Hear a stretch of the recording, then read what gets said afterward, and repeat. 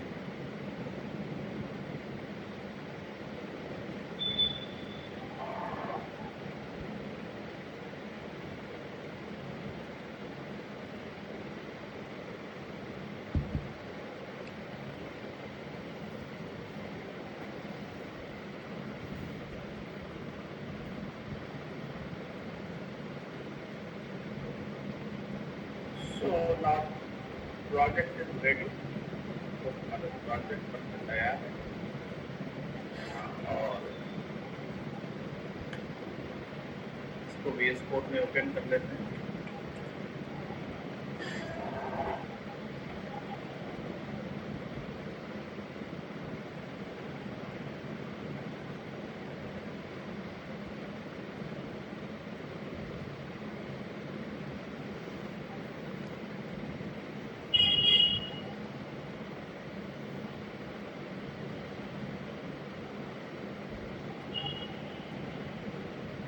तो VS Code में ये ओपन हो गया, ठीक है। और बेसिक क्या है तो हम लोग को पता है कि यहाँ पे app.jsx is our main page।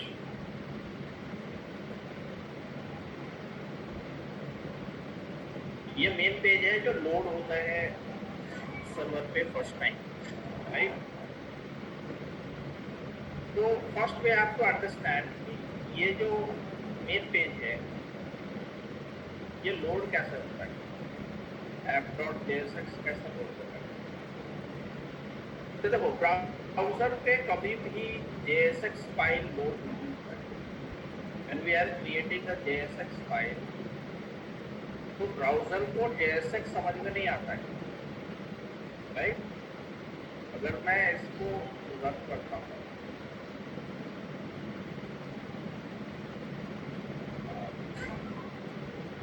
npm run dev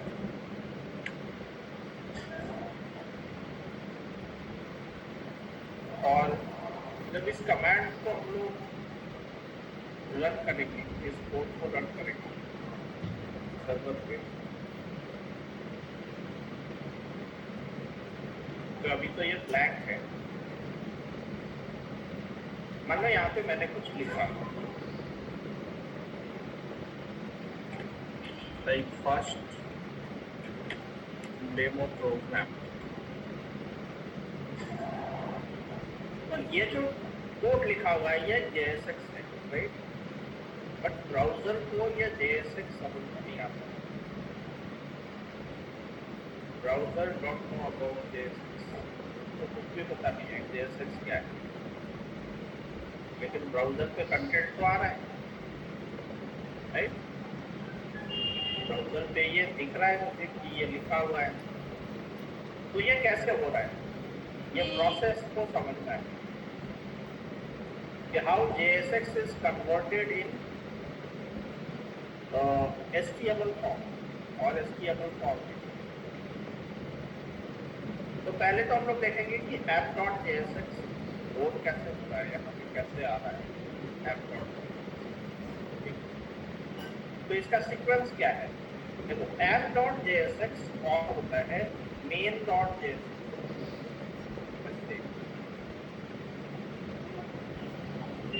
So this app.jsx file is called in main.jsx,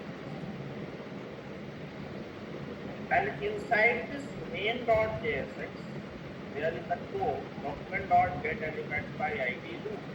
So this app.jsx file is called in main.jsx, and inside this main.jsx there is a code document.getElementById loop. So this app.jsx file is called in main.jsx, and inside this main.jsx there is a code document.getElementById loop. So this app.jsx file is called in main.jsx, and inside this main.jsx there is a code document.getElementById loop. So this app.jsx file is called in main.jsx, and inside this main.jsx there is a code document.getElementById loop. तो ये किस root ID को search कर रहा है और उस root ID पे इस कंपोनेंट को सेट कर रहा है। यहाँ यही हो रहा है ना, just see we are creating a root component, we are creating a root component, इसकी आईडी है रूट, और उस रूट कंपोनेंट पे रेंडर क्या हो रहा है, ऐप। तो ऐप कहीं से लोड हो रहा है, कहीं पे रेंडर हो रहा है। कहाँ पे रेंडर हो रहा है? So where is this root component? तो देखो main.jsx एक फाइल है index.html, और यहाँ पे देखो div की आईडी क्या है, root, और इस आईडी पे क्या कॉल हो रहा है?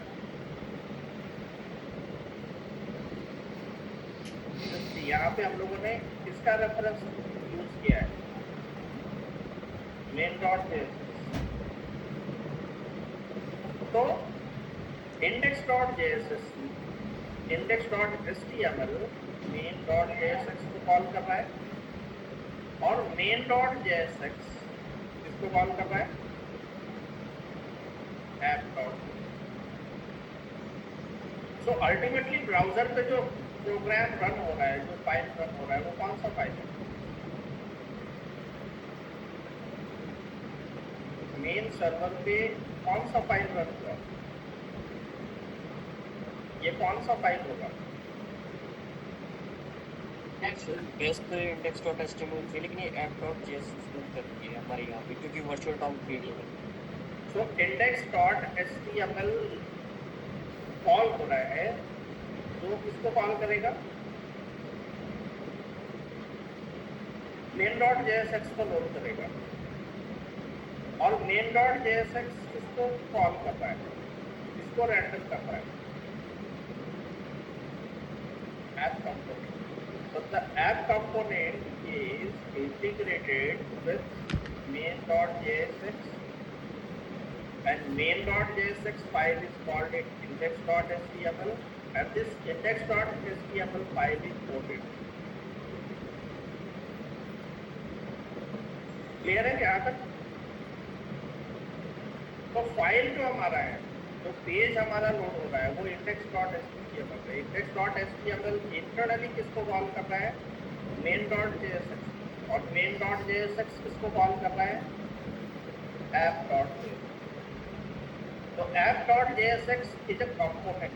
यहाँ पे app.jsx क्या है? It's a single component. SPA बोलते हैं ना इसको, क्या बोलते हैं? रिएक्ट क्या है? Single page application. तो ये सिंगल पेज कैसे क्रिएट होता है? इसको कैसे बोलता है सिंगल पेज एप्लीकेशन? बिकॉज यहाँ पे जो हमारा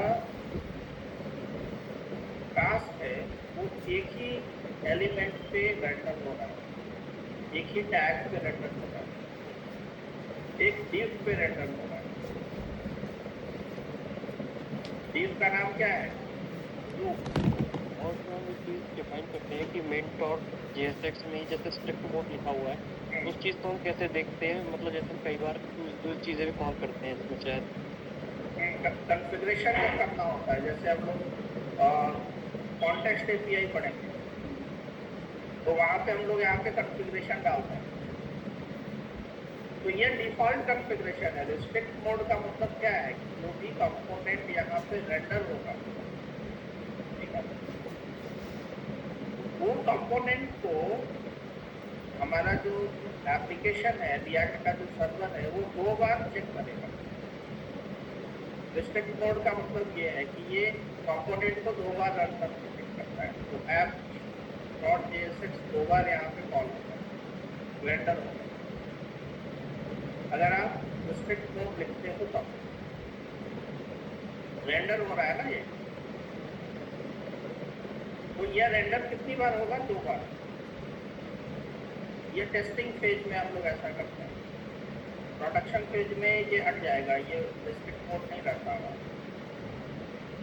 तो एप्लीकेशन को जब आपको टेस्ट करना है तो इसी मोड पे टेस्ट करना होता है, हम 2 बार रीचेक करते हैं एक ही कंपोनेंट। तो that's why here we are writing restrict. तो यहाँ पे जो ये कंपोनेंट है, जो भी कंपोनेंट आप यहाँ पे लिखोगे, कोई जरूरी नहीं है कि आप नॉट JSX ही यहाँ पे, जो भी कंपोनेंट आप डालोगे वो आपका मेन पेज हो जाएगा।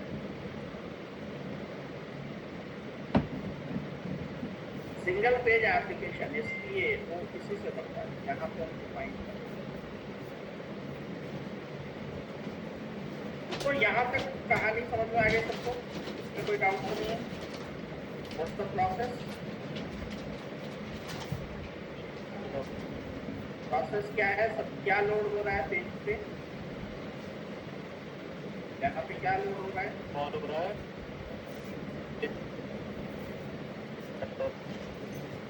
index.html, then main.jsx, then app.jsx.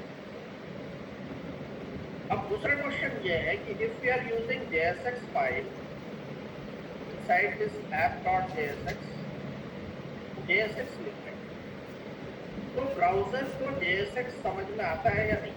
पहले तो ये जानना होगा। वो ये कन्वर्ट करता है जावास्क्रिप्ट फॉर्म। तो अगर हम लोग देखेंगे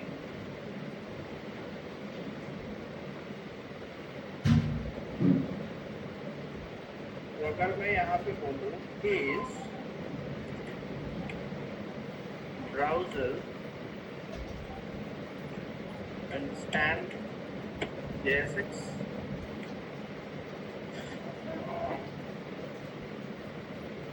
तो देखो क्या बोल रहा है, do not natively understand JSX. Browser को JSX के बारे में कुछ नहीं पता है। JSX स्टैंड फॉर, ये देखो कॉमन इंटरव्यू में पूछा जाता है what's the full form of JSX,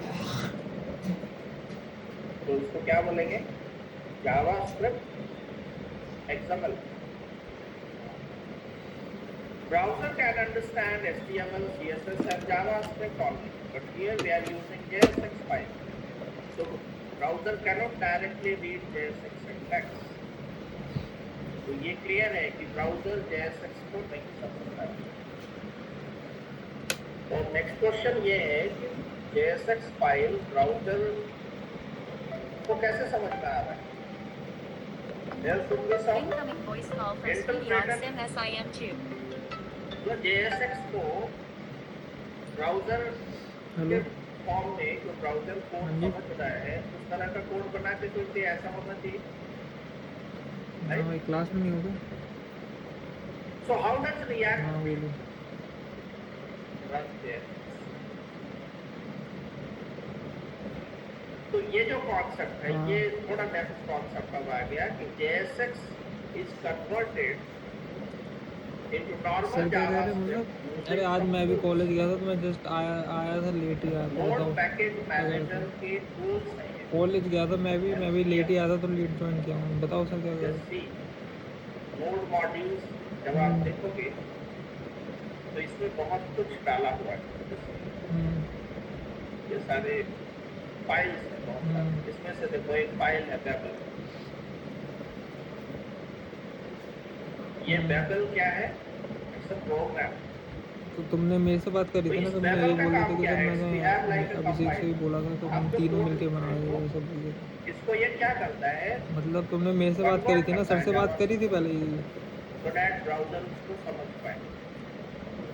तो हाँ, बेबल तो जनरली मैं भी वही कह रहा हूँ, हम तो बोलेंगे हम सर तीनों मिलके बना CRA रहे जब थे। यूज होता था, यानी पुराना जो कॉन्सेप्ट था, अरे उसको वो हम तीनों बैकएंड से रिलेटेड प्रोजेक्ट था, इसको उसको बैकएंड की ज़्यादा नॉलेज है ना दीपक को, तो वहाँ पे बेबल और यूज किया था। वो तो वो भी बना ही बेबल रहे कोड हैं। रीड करता था, फिर उसको जावास्क्रिप्ट फॉर्मेट में कन्वर्ट करता था। तो तुम्हारा क्या मतलब किसके साथ, तुम हमारे साथ ही आ रहे हो ये पूछ रहा हूँ। बन गया bike, we are using bike. तो बेबल विद हम यार बैकएंड पे कर रहे थे और उसका पेपर चल रहा था, वो रुक के पड़े हैं। लेकिन उसने कल बोला, मेरे को फाइल भेजी थी, उसने बोला कि काम वाम तो जनरली देखते बेबल हैं ही इसमें यूज थोड़ा होता सा। है जो आपके JSX कोड को कन्वर्ट करना है नहीं नहीं, तुम्हें ये नहीं पता था ना कि मेरी सर उससे बात हो रही थी, तो मैंने उसको लेकिन दीपक को बताया था कि भाई हम तीनों मिलके, दीपक से मैंने जैसे तुमने मेरे को मैसेज किया था ना, तो मैंने दीपक को भी मैसेज किया भाई, मैंने बोला कि यार ये फ्रंट एंड से रिलेटेड है, इसका बैक एंड की क्या वो कह रहा था, तो उसने बोला चल ठीक है बना लेंगे, लेकिन मुझे नहीं पता था साले का पेपर चल रहा है, राइट। तो अब इसी के मारे हमारा भी रुका हुआ है और तेरा भी रुका हुआ फ्रेशर है। इंटरव्यू आंसर क्या होगा? What is JSX? अरे उसका क्या कहते हैं, उसने ना अचानक से उस दिन ना सर को दिखा दिया, सर हम बैक एंड बना रहे हैं, तो सर ने बोला कि बैक एंड में तुमने कुछ ऐड ही नहीं किया, तो उसने बोला कि, तो सर ने बोला कि तुम अभिषेक के साथ ले लो, अभिषेक तुम भी देखो उसमें कुछ क्या क्या चीज़ें ऐड करनी है, तो उसका फिर पेपर आ गया, फिर उसके अगले दिन शायद तुमने मैसेज किया, मैंने बोला चलो ठीक है यार, सर ने बोला हो क्या पता, तो मेरे को ये बात नहीं था कि तुम अकेले हो, या तो मैंने भी फिर भी दीपक से बोला कि दीपक भाई हम तीनों मिल के बैक एंड बना रहे हैं इसका, तो उसने बोला ठीक है, फिर अगले दिन उसका पेपर चालू हो गया। What is double? यही तो लफड़ा पेपर सभी के ही हैं। कौन सी यूनिवर्सिटी है तुम्हारी? So just see, Babel is a JavaScript compiler ये कहाँ है? that converts modern वो है क्या JavaScript CCSE मतलब? like JSX into older browser अरे compiler. कहीं ये नोएडा वाला है क्या? तो कंपाइलर की तरह काम कर रहा है। हाँ ये आपके आता तो कोड नहीं को है तो, कन्वर्ट करके दे रहा है। तो कुछ कॉलेज कौन सा? राइट? ब्राउजर कहाँ में है? नॉट अंडरस्टैंड ऐप फ्लैश, ये फॉर्मेट ब्राउजर ये कहाँ पे सायाबाद? तो बेबल उसको बताता है अच्छा अच्छा, जावास्क्रिप्ट के फॉर्मेट में कि ये क्या है। हमारी भाई DAV MDU सुना ही होगा ना, Maharshi Dayanand Rohtak, So Babel is a tool MDU through which university Maharshi Dayanand university Rohtak, college का नाम DAV फरीदाबाद। तुम्हारा क्या MCA या BCA? तो समझ में आ गया कि कैसे बी- JSX का कन्वर्जन हो रहा किसका? है ब्राउजर के फॉर्म में। नहीं भाई मैं MCA में हूँ। जावास्क्रिप्ट में कोड को कन्वर्ट कर रहा है, हाँ। जावास्क्रिप्ट कोड ब्राउजर के दोनों को।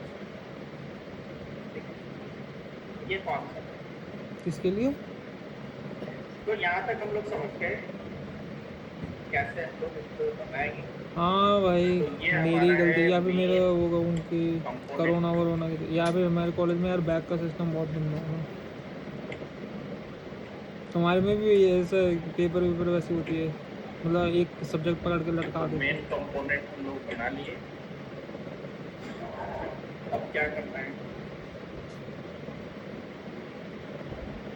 तो फिर तो सही क्वेश्चन आता मतलब है कि सही what मतलब is वही होता होगा component? जैसे 5 साल पुराने पेपर पढ़ लो।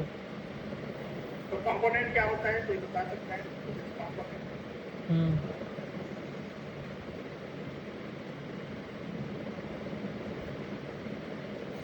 पाँच से चालू है। कंपोनेंट का मतलब क्या है? हाँ वही है, 3 पुराने पेपर में वही कॉमन क्वेश्चन होते, वही देख के जाते होंगे हर जो वेबसाइट का हर एक पार्ट है राइटिंग। सेपरेट। साला इसमें तो ऐसा है कि तो हम मैं तो इसी के हमारे component मैंने को कॉलेज ले कॉल कर लिया लेते गलत, अब इसी में साला पेपर का या तो डिग्री बचा लो या स्किल बचा लो, एक ही चीज़ बचती। मेरे साथ तो यही हुआ, तो मैं तो डिग्री बचानी वो प्रेफर समझी, कोई गलती और कर दी कि बैचलर्स करने के बाद भी साले वही मास्टर ले एक ली। लाइन में कहानी खत्म कर लेकिन यार अनुदीप आप ठीक क्या है, अब बोलोगे देखते हैं, component के यहाँ बारे से सर से तो बहुत कुछ सीखा हूँ, ना तो मुझे में? क्या इतना है? नॉलेज नहीं थी। मैंने उससे भी कोर्स लिया था, क्या नाम है उसका, कौन पढ़ाता है वो, श्रद्धा दीदी।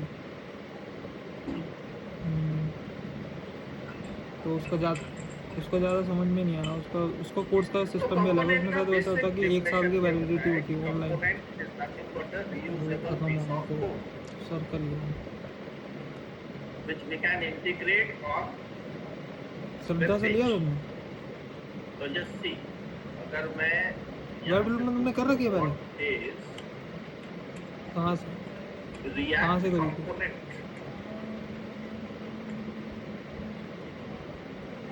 कितने महीने का so था? just see, React component is a reusable piece of UI user 2-3 महीने का नहीं, कम से कम 6 महीने। written in JavaScript. So component क्या है? It's a reusable piece तो of हाँ तब code. तो 3 महीने का था। Simple लगता है। तो तुम्हारा क्या प्लान है बताओ, क्या तीसरी में तीनों मिलके बना लो? So a React component is reusable किस piece पे? of UI T1 बन सकता है travels। या किसी और कोड वही रिटर्न इन होगा जावा फिर डबल काम। वो क्योंकि हम बैक एंड पे ही हम बना रहे थे, अब उसका पेपर ही It चालू हो helps गया। you break the pages into smaller independent parts. Like if you are creating a web page, so inside a web page we are ठीक है, having different segments चलो like सही है, headers clear and out bar हो जाता buttons, चीज़ें सही रहती हैं। cards, focus. सही So है for चीज़ें this यार, क्लियर all आउट हो जाती है ना तो सही रहती है, segments, जैसे ही कह we रहा can हूँ। create different components. कोई नहीं So यार, मुझे each मैंने फिर भी part उसे can be जैसे ही तुमने भेजा created ना, मैंने as a उसको बोल दिया कि component चलो, and मुझे लगा तुम reuse पहले it. से सर से बात करके आए हो, तो हम इतने तो सारे कंपोनेंट मैंने बना बोल के दिया रख उससे। लेंगे जहाँ जरूरत होगा वहाँ कर जाएंगे. नहीं मैंने, लेकिन मैसेज मैंने Right? तुम्हें नहीं बताया, लेकिन मैंने So it's a छूटते reusable ही, मुझे ही नहीं पता था कि तुम्हें ऐसा JavaScript लगेगा, code. लेकिन मैंने उसे दीपक It's को a उसी समय मैसेज reusable किया। UI. अब मुझे क्योंकि ऐसा लगा कि तुम्हें It's सर a ने बोला तो फिर मैं reusable क्या ही पूछूं तुमसे। JSX. कुछ भी तो बोलो. फिर मैंने सोचा, ये definition. और मुझे लगा कि तुम्हें तुम्हें ये बात पता थी कि सर हमारा और उसको बोल रखा पुरानी My ने। components are used. Simple है. तो Reusable है. फिर भी मैंने उससे, Reuse फिर उसने करना. बोला कि बैकएंड। Maintain करना आसान है. Fast development होगा. तुम कौन से Code फाइनल ज़्यादा लिखने सेमेस्टर की में? जरूरत नहीं है. अब component से दूसरा सही जो है, क्वेश्चन आता है वो 6 ये सेम आता में। है how many types of component in React. ठीक है भाई, कोई बात नहीं। So React में कितने तरह के component यूज होते हैं?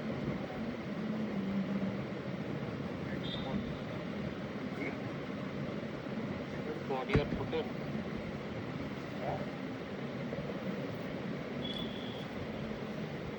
Type of React components.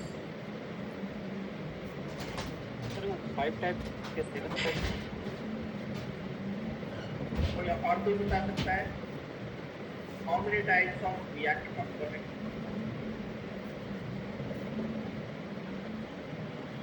Anyone? Type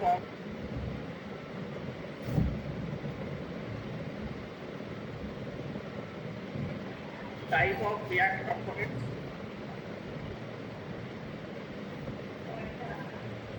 So there are two types of React components, right? हाँ सर, वही क्लास और फंक्शन वाले। Functional components and class components. इसका आंसर ये करना है. When interviewer asks how many types of components in React, so there are two types of components in React: functional component and class component.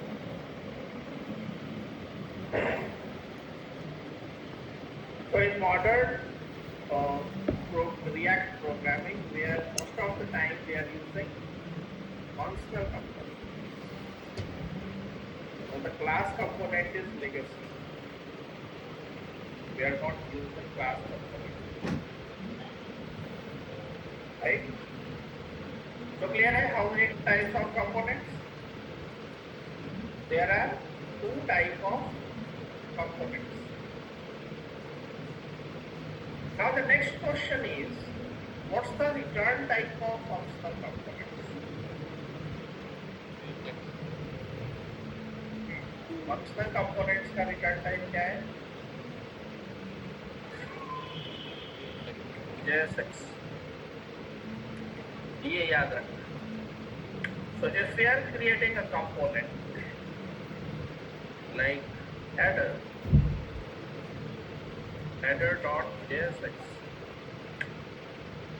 तो ये इसका return type क्या होगा? Return में क्या लिखेंगे?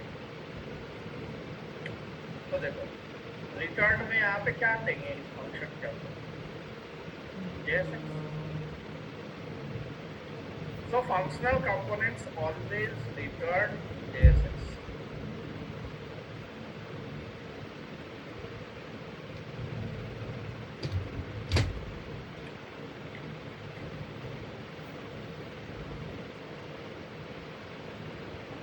तो ये इंटरव्यू क्वेश्चन है.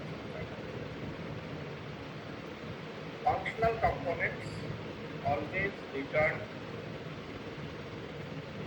JSX.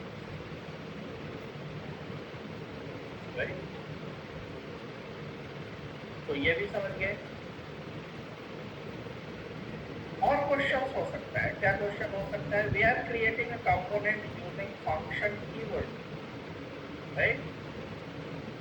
and we can create a component using arrow function. बना सकते हैं, ऐसे भी तो बना सकते हैं component. Can write like this. Return. ये भी तरीका है. And what's the difference? ये वाला तो लेटेस्ट अपडेट है। और कोई डिफरेंस? वैसे सर ये ताकि मतलब इसमें फंक्शन लिखना नहीं पड़ता, ये एरो फंक्शन प्रॉपर्टीज पास हो जाती हैं। नॉर्मल फंक्शन जब आप क्रिएट करते हो तो उसका स्कोप क्या होता है?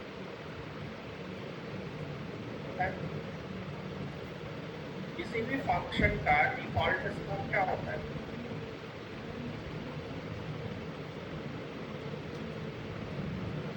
ग्लोबल.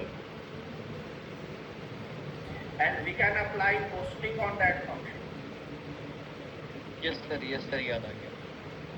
इसमें ये होता है कि मतलब जो हम नॉर्मल फंक्शन बनाते हैं ये ग्लोबल होता है, तो इसकी वजह से जो है अगर सेम फंक्शंस में एरर आ सकते हैं, इससे जो सेम कीवर्ड्स में एरर आ सकते हैं। लेकिन जो ये वाला होता है ये क्लास बेस्ड होता है, शायद ये फंक्शन बेस्ड फंक्शन स्कोप होता है इसका, ये उसके बाद कॉल नहीं होता। उसके पहले कहीं एक्सेस नहीं होता। यस सर, उसके पहले कहीं एक्सेस नहीं होता। तो ग्लोबल जैसे स्कोप है। So if you are using function keyword, means on that function we can apply posting. But in arrow function it's not possible. समझ में आया? ये डिफरेंस, मेन डिफरेंस है। ठीक है, ये पूछा जाता है। Difference between arrow function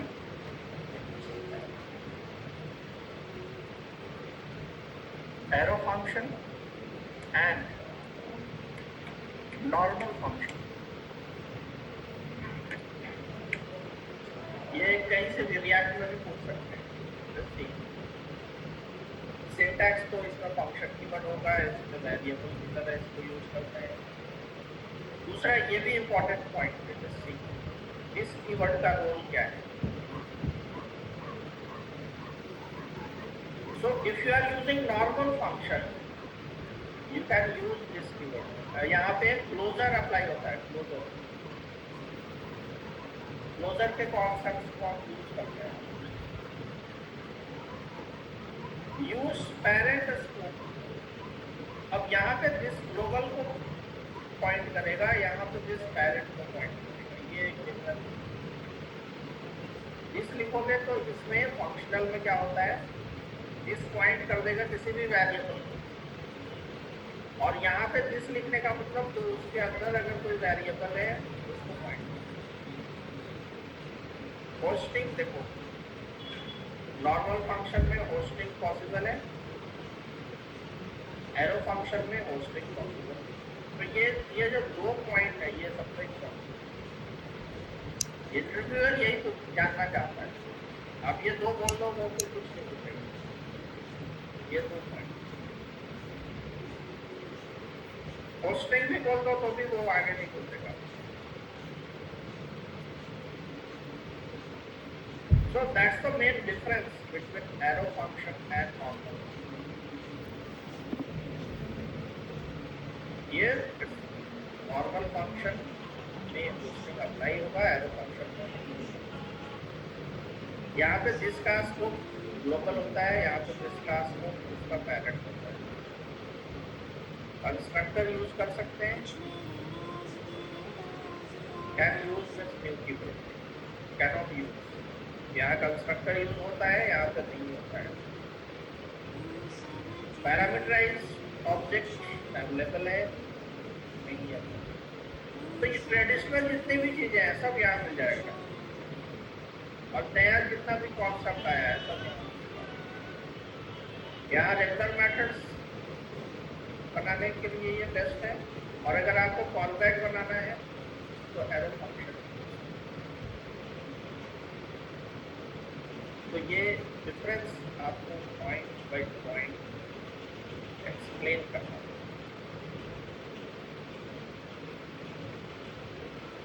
तो आई थिंक समझ गए होंगे what's the difference between arrow function and normal function. तो functional components always regard JSX. That's a concept.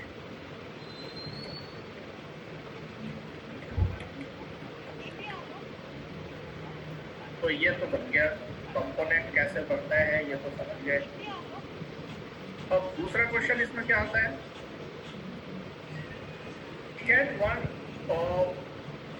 can component transfer data from different components or using different components? So one component can transfer data to another component using some technique. What's the technique? props drilling. Props.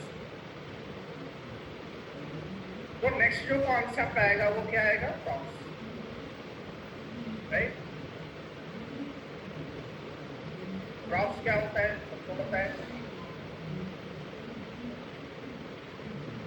What is props? आपकी full form तो ऐसे properties होती है, लेकिन इसमें parents से child पे data transfer होता है। ओके, तो हम लोग थोड़ा सा प्रॉप्स को भी देख लेते हैं कि प्रॉप्स में क्या क्या क्वेश्चन पूछा जा सकता है।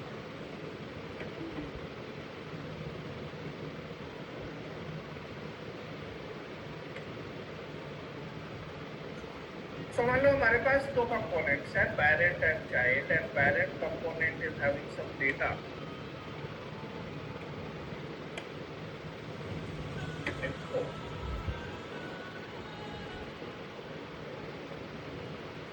ID, message, hello I am parent। मान लो ये डेटा है, and parent want to send this data to child.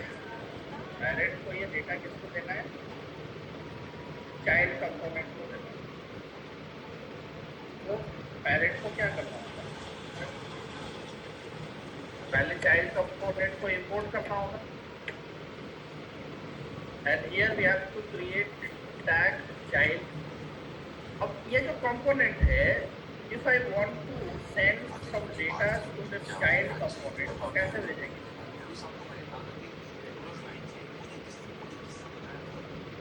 Child component को डेटा कैसे भेजेंगे? तो हम लोग प्रॉपर्टीज बनाएंगे। क्या बनाते हैं, प्रॉपर्टीज, प्रॉप्स। मैं डेटा नाम का प्रॉपर्टी बनाऊंगा और इस पे किसको पास कर रहा हूँ,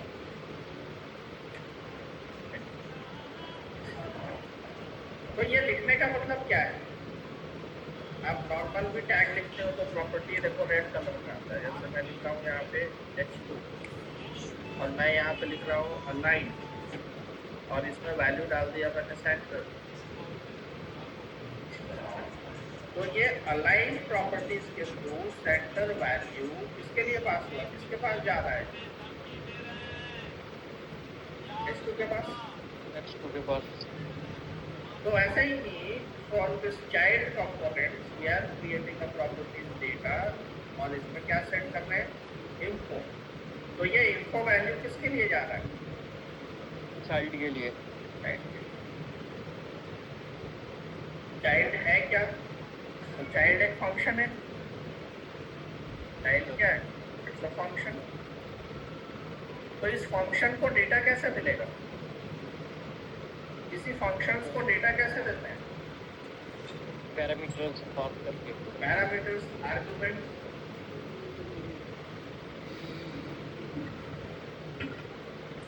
तो अगर इस चाइल्ड के पास कुछ डेटा आ रहा है तो कैसे आएगा, आर्गुमेंट्स में आएगा। तो मैं यहाँ पे एक आर्गुमेंट बना रहा हूँ प्रॉप्स। इस प्रॉप्स में क्या आएगा? जो इनको है वो यहाँ से कैच होगी। प्रॉपर्टीज। प्रॉप्स में क्या आएगा? Properties. And what's the name of properties in parent? क्या नाम है property का?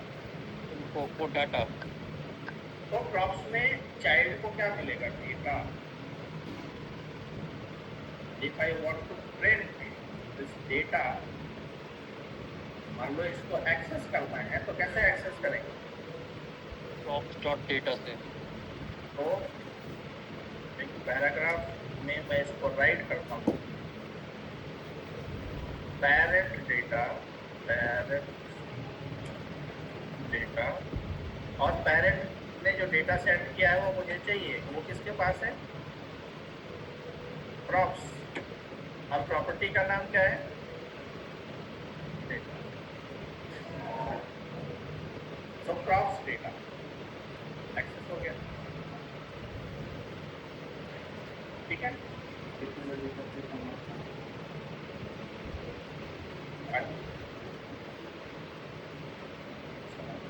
आपके लिए खाया खिला दो नहीं, घर में गए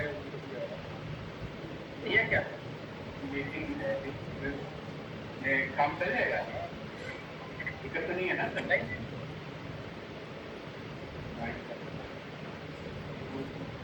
दिन के साथ मीटिंग का क्या बोल रहे हो?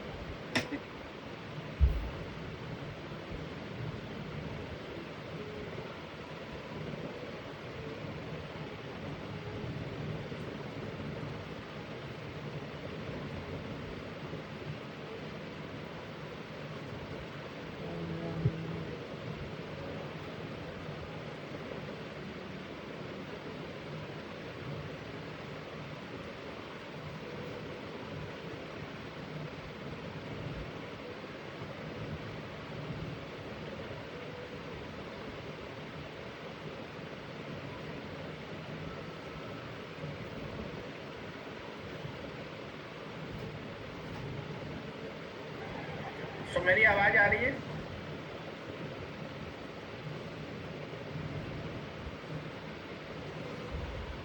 यस सर, आ रही है। ओके। सो अब मैं इसको कॉल करता हूँ ऐप डॉट जेएसएक्स पे। तो कॉल किसको करना होगा, पेरेंट को या चाइल्ड को? किसको कॉल करेंगे? सर पेरेंट को कॉल करेंगे क्योंकि पेरेंट से ही तो हम पास कर रहे हैं सारा डाटा। यस, तो we have to call parent.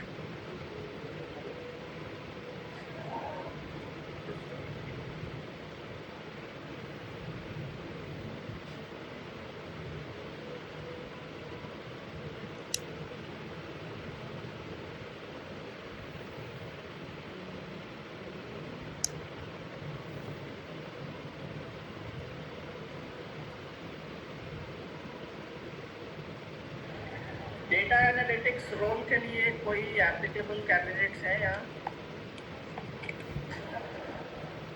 Data analytics जिसको आता हो?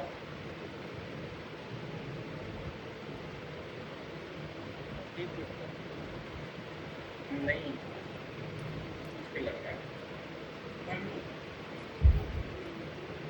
डेटा एनालिटिक्स को पावर बीआई और ये सब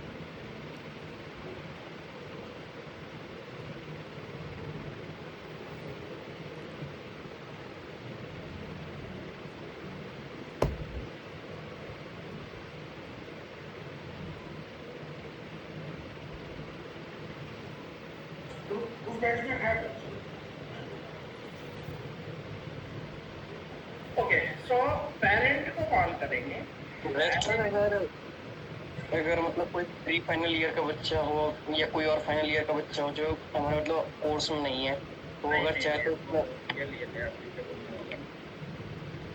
ओके सर सॉफ्टवेयर में प्रोसेस करना होता है सब कुछ। ओके सर आपका नॉमिनेशन हम लोग सॉफ्टवेयर में डालते हैं, फिर वो आगे प्रोसेस होता है।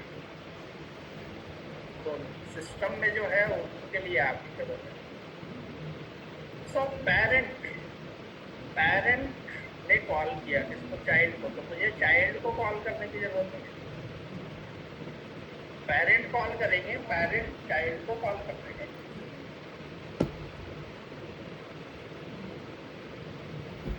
तो कुछ एरर है या क्या है देख लेते हैं।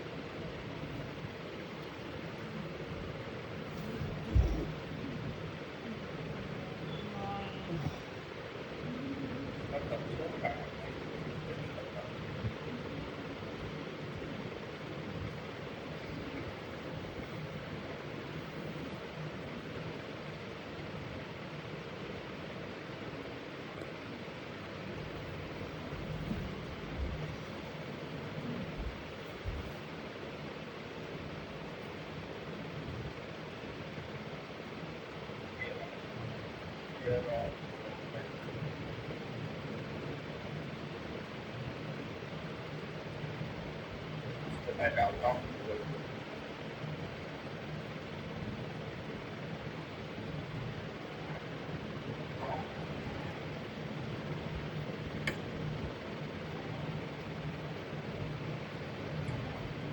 और इसके एरर्स को देखते हैं हम लोग कि क्या एरर जनरेट हो रहा है। Object are not valid as React child object with keys ID and message if you want to. तो ये प्रॉब्लम है। प्रॉब्लम ये बोल रहा है कि हमारा जो चाइल्ड है इसमें प्रॉप्स डॉट डेटा जो है, डेटा किस फॉर्मेट में है, डेटा का टाइप क्या है, इसका टाइप क्या है, ऑब्जेक्ट। ये ऑब्जेक्ट फॉर्म है ना, तो ये जो डेटा है इसका टाइप क्या है, ये भी ऑब्जेक्ट ही है। तो हम ऑब्जेक्ट को प्रिंट कर रहे हैं। ऑब्जेक्ट प्रिंट नहीं होता है, प्रिंट क्या होगा, डेटा। तो प्रिंट कर सकते हैं हम लोग क्या, ID करके और नेम करके प्रिंट करना पड़ेगा। और प्रिंट कर सकते हैं हम लोग मैसेज। तो लिखना क्या होगा, props dot data dot ID ID, और यहाँ लिखेंगे data dot message। props dot data dot. तो ये एरर जनरेट हो रहा।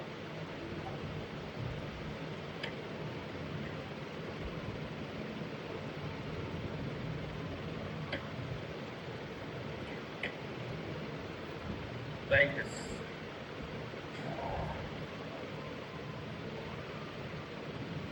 तो देखिए,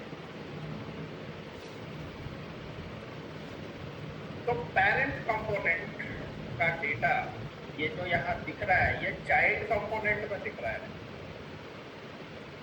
अब इसको कैसे समझेंगे कि कौन सा पेरेंट है कौन सा चाइल्ड। तो मैं पेरेंट में यहाँ पे लिख देता हूँ पेरेंट कंपोनेंट, और चाइल्ड में मैं लिख देता हूँ चाइल्ड कंपोनेंट।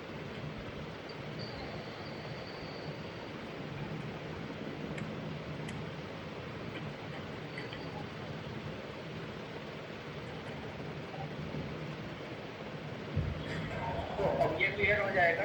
पेरेंट, तो देखो पेरेंट ने किसको कॉल किया, चाइल्ड को, और चाइल्ड के अंदर क्या दिख रहा है, डेटा। सो पेरेंट का डेटा चाइल्ड में आ रहा है। Now the question is how can we send child data to parent. तो इसका आंसर क्या होगा, no. Always, if we are using props, then always we have to use the concept of parent parent and child, और parent component कौन होगा? तो किसी component को कॉल कर रहा है। तो यहाँ पे चाइल्ड कहाँ कॉल हो रहा है? पेरेंट। तो ये बन गया पेरेंट और ये बन गया चाइल्ड। तो parent can send data to child. Which type of data parent can send to child? Normal data, object, state. क्या state हम लोग सेंड कर सकते हैं? ये इंटरव्यू क्वेश्चन हो सकता है। If we are creating a state, const message, set message, और यहाँ पे क्या लिखेंगे? Use state hello. Can we transfer this state in props? क्या लगता है?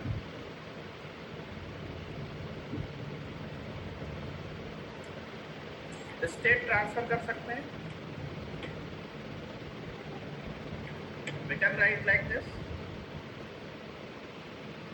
मैसेज हमारा स्टेट है जिसको प्रॉप्स में पास किए, तो क्या चाइल्ड के पास ये स्टेट पहुंचेगा?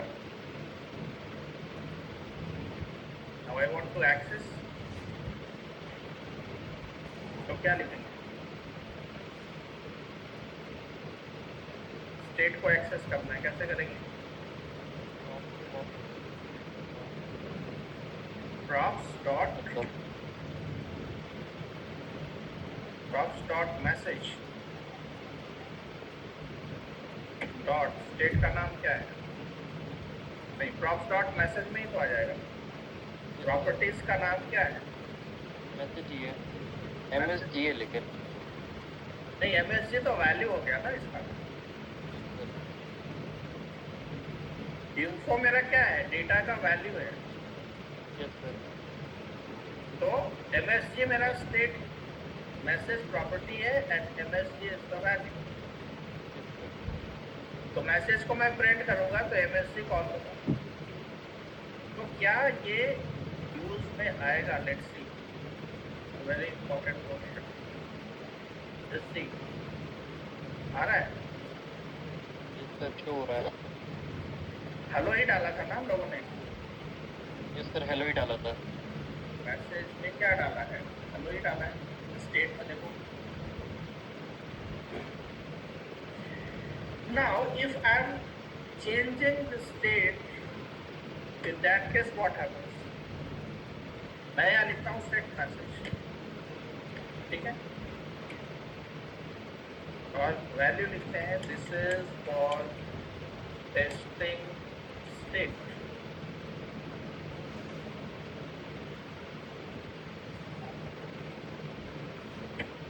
तो अब क्या होगा? Let's see.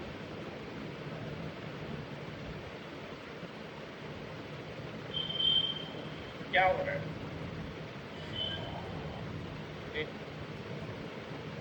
इसमें जो डेटा मुझे मिल रहा है वो चेंज वाला डेटा नहीं मिल रहा है। तो रीजन क्या है?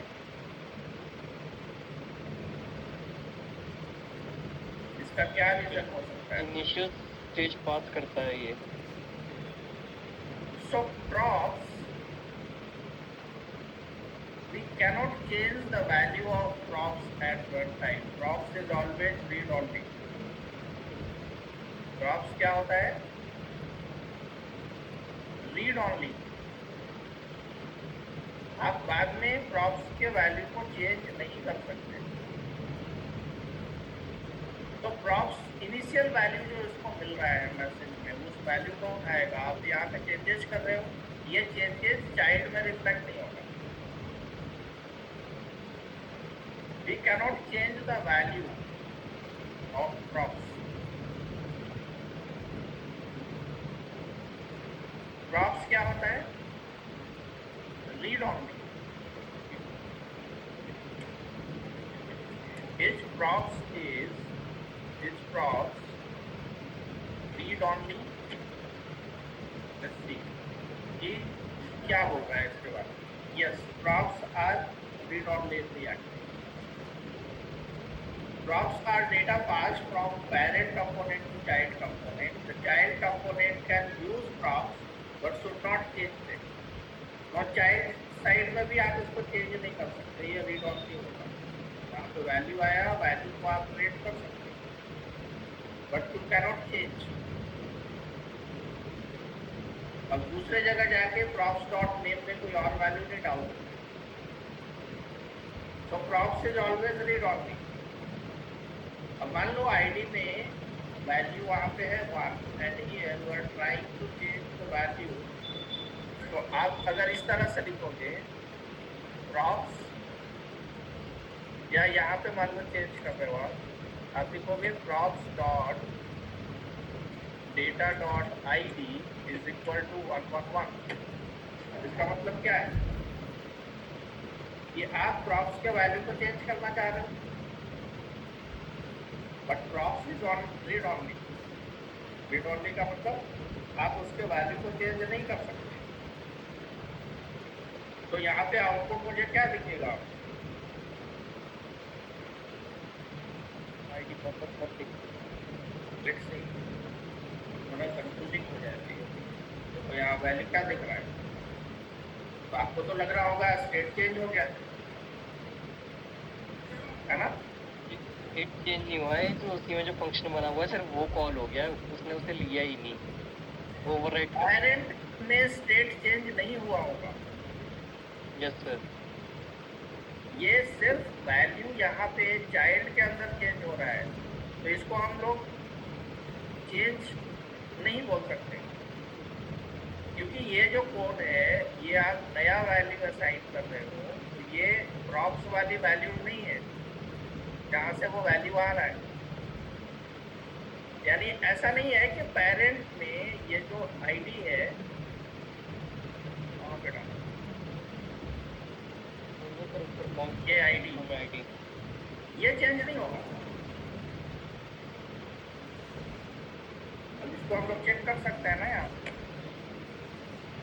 अगर मैं क्या लिखूँ info dot ID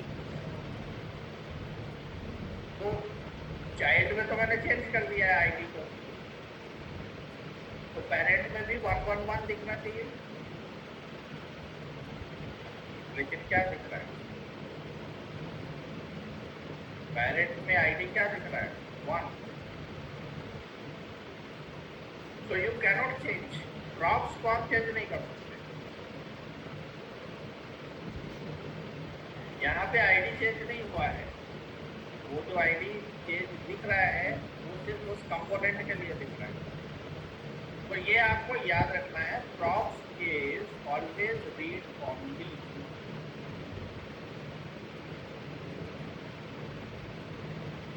So parent can send data to child component. Child component can only display or use it.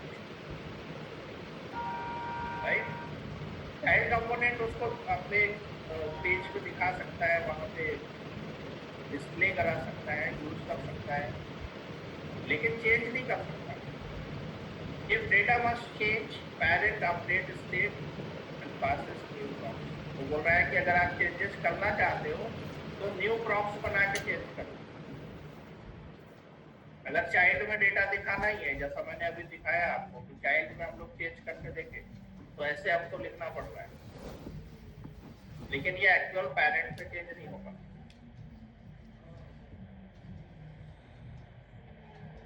So props are read only. ये याद रखना है.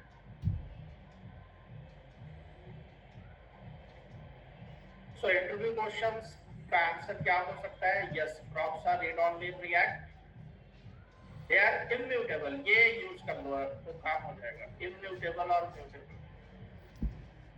Immutable और mutable पता है सबको? दो तरह के वैल्यू होते हैं, immutable और दूसरा क्या होता है? Mutable. तो दोनों में डिफरेंस क्या है?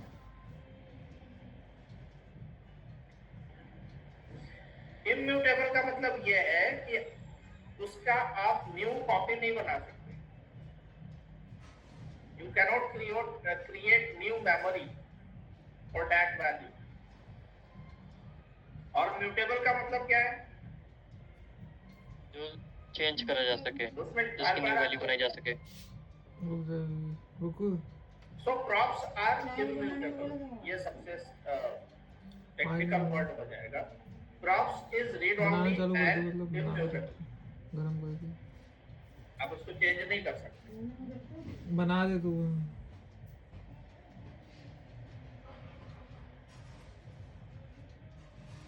चाइल्ड कंपोनेंट उसको मॉडिफाई नहीं करे. तो ये भी एक क्वेश्चन होता है प्रॉप से रिलेटेड. इसमें एक और क्वेश्चन होता है प्रॉप्स ड्रिलिंग. आप लोगों को पता होगा. It's a very common question, props drilling. तो प्रॉप्स ड्रिलिंग का मतलब क्या है कि जहां पे नेस्टेड चाइल्ड है, वन पेरेंट, उस पेरेंट का चाइल्ड, उस चाइल्ड का भी चाइल्ड, उस चाइल्ड का भी चाइल्ड, और पेरेंट का डेटा मुझे वहां तक पहुंचाना है. तो we have to follow that process की पेरेंट अपने चाइल्ड को देगा, चाइल्ड अपने चाइल्ड को देगा, किस तरह से डेटा ट्रांसमिट हो रहा है. तो that is called props drilling. तो प्रॉप्स ड्रिलिंग जो है वो इंटरव्यू में क्वेश्चन पूछा जाता है. ये आपको बताया. तो अभी जितने भी क्वेश्चंस मैंने आपको बताए रिएक्ट में, ये सारे क्वेश्चंस पूछे जा सकते हैं. तो क्या क्या हम लोगों ने पढ़ा है, याद है? कहाँ से शुरू किए थे हम लोग? क्रिएटिंग अ प्रोजेक्ट से स्टार्ट करा था. प्रोजेक्ट स्टार्ट किए, फिर हम लोगों ने देखा फ्लो. Yes sir. वो लोड हो रहा है, फाइल को कैसे लोड हो रहा है, उसका सीक्वेंस क्या था. index.html से. Yes sir. app.jsx कहाँ कॉल हो रहा था? वो हो रहा था main.jsx में. और main.jsx कहाँ कॉल हो रहा था? index.html में. यस. तो फाइनली जो लोड हुआ फाइल को, कौन सा लोड हुआ? html.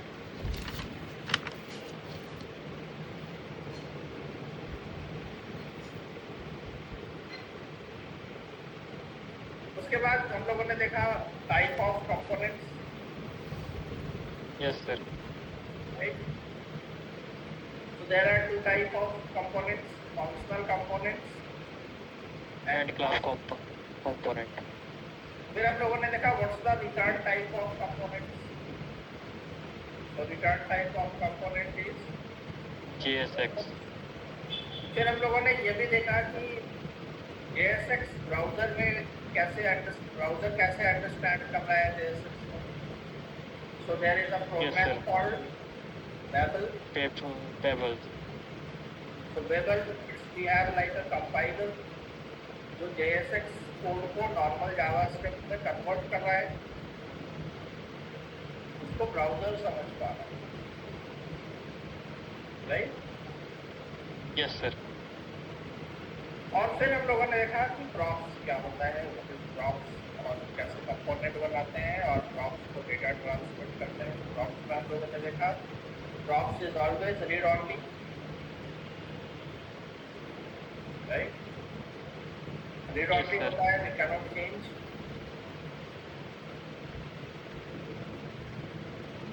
तो इस लेवल का अंडरस्टैंडिंग आपके अंदर डेवलप होना चाहिए जब आप इंटरव्यू में जाते हैं. राइट. क्योंकि एक्चुअली इंटरव्यू में कंफ्यूज करेंगे आपको बहुत ज़्यादा. एक एक टॉपिक पे क्लियर अंडरस्टैंडिंग चाहिए. तो आपको इस तरह से उसको पढ़ना होगा. टॉपिक को पढ़ो, टॉपिक पढ़ने के बाद उसका इंटरव्यू क्वेश्चन देखो. प्रॉप्स टॉपिक पढ़े तो प्रॉप्स टॉपिक का इंटरव्यू क्वेश्चन क्या हो सकता है वो देखेंगे.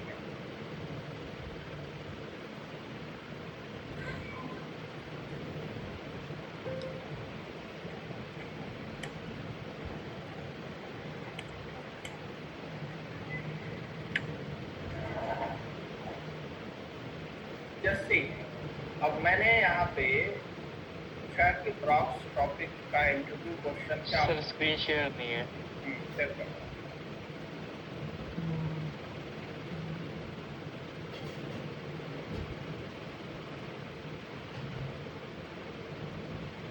Just see. React props interview questions for fresher level. What are props in React? Why do we use props in React? Are props read-only in React? What's the difference between props and state? How do you pass props from parent to child component? Can child component modify props? वही चीज पूछ रहा है, वो read only वाला question है, दूसरे तरीके से पूछ रहा है। What type of data can be passed through props? मैंने अभी आपको बताया, क्या नॉर्मल डेटा भेज रहे हो, स्टेट भेज रहे हो, ऑब्जेक्ट सेंड कर रहे हो, जस्ट सी, इसको एक बार देख लो। अब एक एक क्वेश्चन तो आप देखो, इसको प्रिपेयर करो, काफी है, इतने से ज्यादा का जरूरत नहीं। We can send string, we can send number, we can send boolean, we can send an object, array, we can send function, right? JSX भेज सकते हैं, null undefined भेज सकते हैं। तो मिला जुला के कहने का मतलब ये है कि आप नॉर्मल डेटा भेज सकते हो, आप किसी स्टेट को सेट कर सकते हो, आप किसी फंक्शन को सेट कर सकते हो, आप किसी ऑब्जेक्ट को सेट कर सकते हो, right? We can pass any JavaScript data type to props such as string, number, boolean, array, object, function, JSX all. तो इस तरह से एक एक क्वेश्चन उठाओ और जहाँ पे आपको लगता है कि कंफ्यूजन है तो आप क्वेश्चन का आंसर पूछ सकते हो, जहाँ से आप प्रिपरेशन करो। What happens when props value change? Just see. अभी हम लोगों ने props की वैल्यू को चेंज किया था।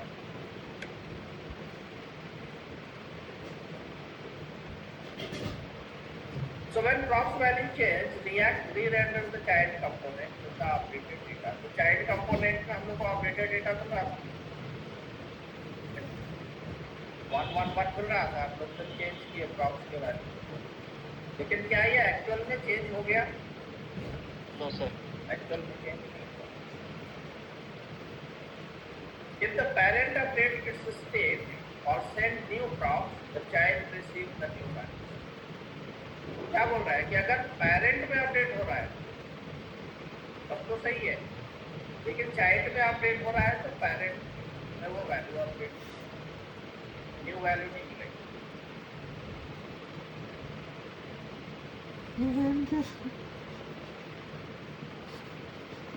तो चाइल्ड में अगर आप चेंजेस करोगे, यहाँ पे पेरेंट है, पेरेंट में एक स्टेट है नेम और इसमें वैल्यू दिख रहा है, नेम को यहाँ पे पास कर दिया, ये हमारा चाइल्ड है। तो हम बोल रहे हैं प्रॉप्स डॉट नेम, तो मुझे नेम की वैल्यू मिलेगी। अगर मैं सेट नेम को यूज करूँगा, सेट नेम को यूज करूँ, सेट नेम क्योंकि ये प्रॉप्स है तो हम पेरेंट में यूज करेंगे सेट नेम, और पेरेंट में अगर मैंने वैल्यू को कर दिया राउंड, क्योंकि पेरेंट चेंज हो रहा है तो चाइल्ड ऑटोमेटिक चेंज हो जाएगा, फिर वहां पे लिखेगा। लेकिन आप चाइल्ड में चेंजेस करोगे तो पेरेंट में नहीं लिखेगा, ये कौन सा? So when the props value change, React re-renders the child component and updates the UI with the new props data. तो अगर आप पेरेंट में कोई चेंजेस करोगे तो चाइल्ड क्या होगा? ऑटोमेटिक री-रेंडर होगा, क्योंकि पेरेंट के कॉल होने पे चाइल्ड तो ऑटोमेटिक कॉल होगा, और जब चाइल्ड कॉल होगा तो उसमें डेटा अपडेट हो जाएगा। Props are immutable, so changes usually comes from the parent component.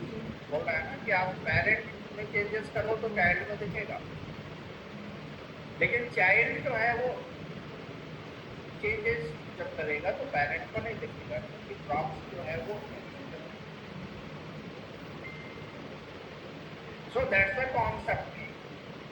अब इस तरह से आपको तैयारी करनी होगी एक एक टॉपिक के ऊपर। एक एक टॉपिक को आप 1 घंटे टाइम दे दो, काफी है।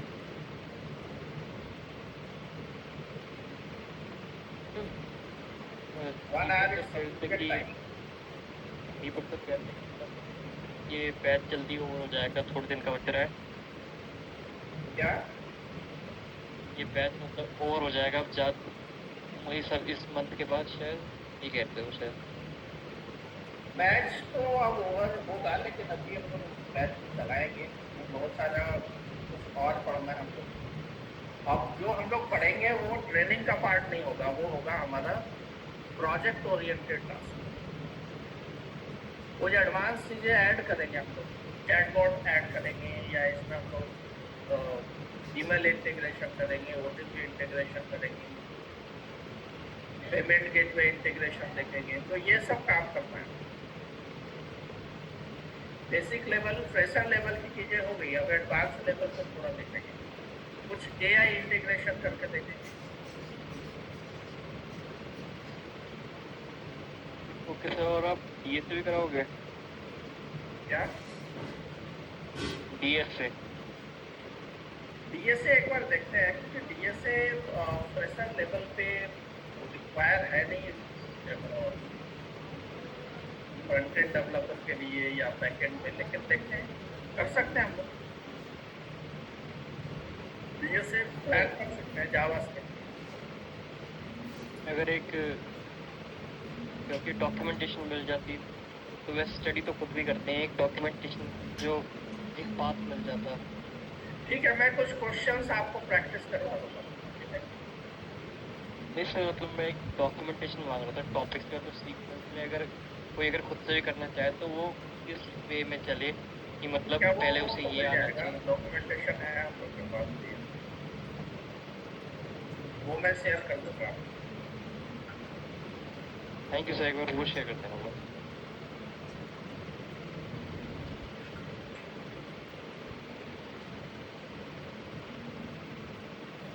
और लैब का क्या स्टेटस है?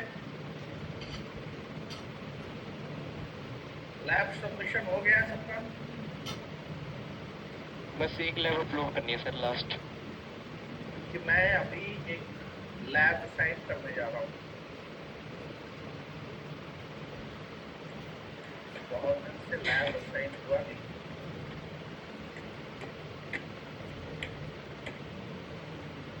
और रिएक्ट का ही लैब लेंगे।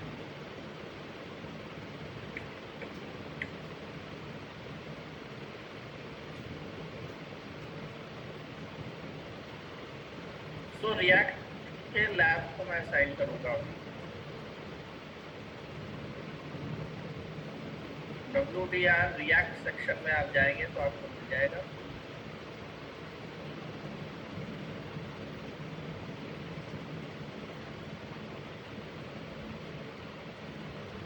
WDR_RT ये मॉड्यूल है। तो इसमें मैंने रिएक्ट के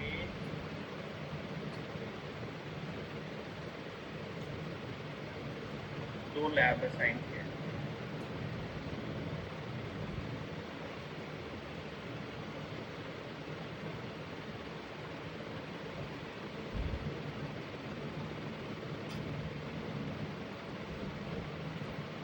आज फॉर्म हैंडलिंग का लैब आपको असाइन कर रहा हूँ।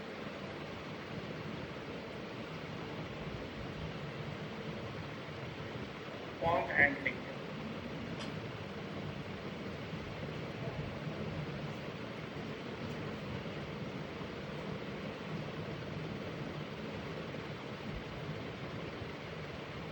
इसमें कुछ क्वेश्चंस हैं। There are 4 questions.